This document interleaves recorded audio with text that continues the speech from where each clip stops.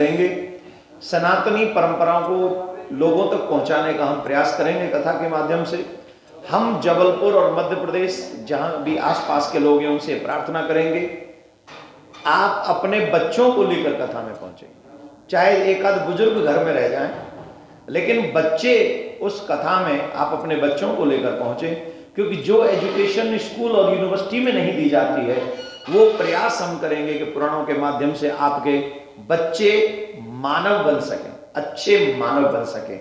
अच्छा मानव बनेगा, ज्ञानवान मानव बनेगा तो क्या करेगा? वो समाज को सुख देगा, वो परिवार को सुख देगा, वो देश को सुख देगा, वो देश का नाम करेगा। और कोई मतलब खूंखार बन गया तो परिवार को भी दुख देगा, प्रदेश को भी दुख देगा, देश को भी दुख देगा, जो भी सामने आएगा उसको दुख देगा। तो ये कार्य करने का प्रयास हम कथा के माध्यम से करेंगे। सनातनियों से निवेदन करने आए हैं कि आप सभी परिवार के सहित, बच्चों के सहित कथा में पहुंचे। दूसरा, कल हम यहीं से MR4 रोड विजयनगर से लगभग 1:30-2 बजे अनेक वाहनों के साथ सनातन यात्रा लेते हुए कथा स्थल तक पहुंचेंगे। तो ये लगभग 15-20 किलोमीटर, 25 किलोमीटर का ये रहेगा और इसमें हम सभी सनातन प्रेमियों के साथ कथा स्थल में जाएंगे और वहां कथा प्रारंभ करेंगे।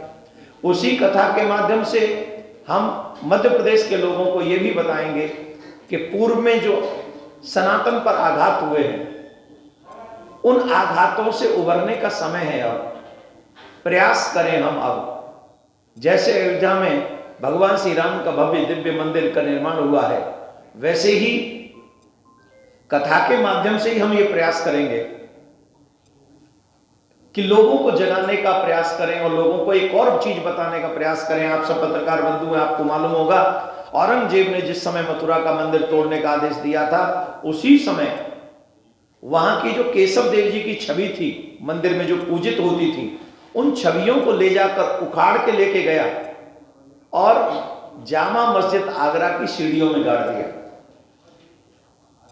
99% हिंदुओं को पता ही नहीं है कि जिन भगवान की हम कथा सुनते हैं, जिन भगवान की हम पूजा करते हैं, जिन भगवान का हम आदर करते हैं, उन भगवान की छवि के ऊपर पैर रखकर आज भी लोग नमाज अदा करने जाते हैं आगरा में, कहीं और नहीं, आगरा में।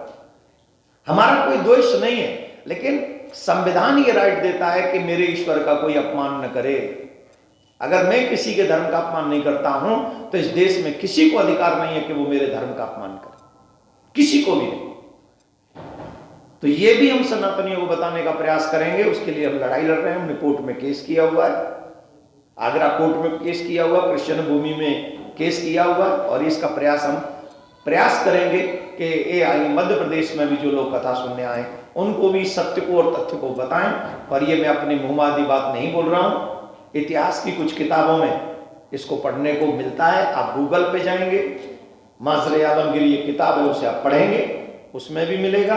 एक फ्रांस के पत्रकार है, उन्होंने किताब मैं डॉक्यूमेंट्स के पर लिखी है, आप उसको पढ़ेंगे, उसको भी आपको पढ़ने को मिलेगा।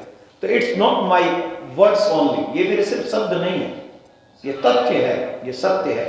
तो इन कार्यों को करने के लिए हम सभी सनातनियों को जगाने का कार्य करेंगे और सनातनियों से कहेंगे अभी नहीं तो कभी नहीं, आपको जागना होगा। अपने बच्चों को बचाने के लिए, अपनी परंपराओं को बचाने के लिए, आने वाली पीढ़ी को बचाने के लिए हमारी सबकी रिस्पॉन्सिबिलिटी है कि सनातन के साथ खड़े हो जाए। चाहे आप जो भी हैं, आप चाहे जिस पद पे हैं, आप चाहे जहां तक पहुंचे हैं, लेकिन आपको नहीं भूलना चाहिए कि सबसे पहले आप सनातनी हो। और अगर आप सनातनी हो तो जहां से जितना सहयोग कर सकते हो सनातन को बचाने का सहयोग करें। हम मिटाने की किसी को बात नहीं कर रहे, लेकिन कोई हमें मिटा जाए ये भी हमें होने नहीं देना चाहिए। बस यही कहने के लिए आप सबको बुलाया है। मैं आपका आभारी हूं कि आप थोड़े से ही नोटिस पे, बहुत कम समय के नोटिस पे आप यहां पर पहुंचे। अगर आप प्रश्न भी करना चाहेंगे कि करके तो प्रश्न भी कर सकते हैं।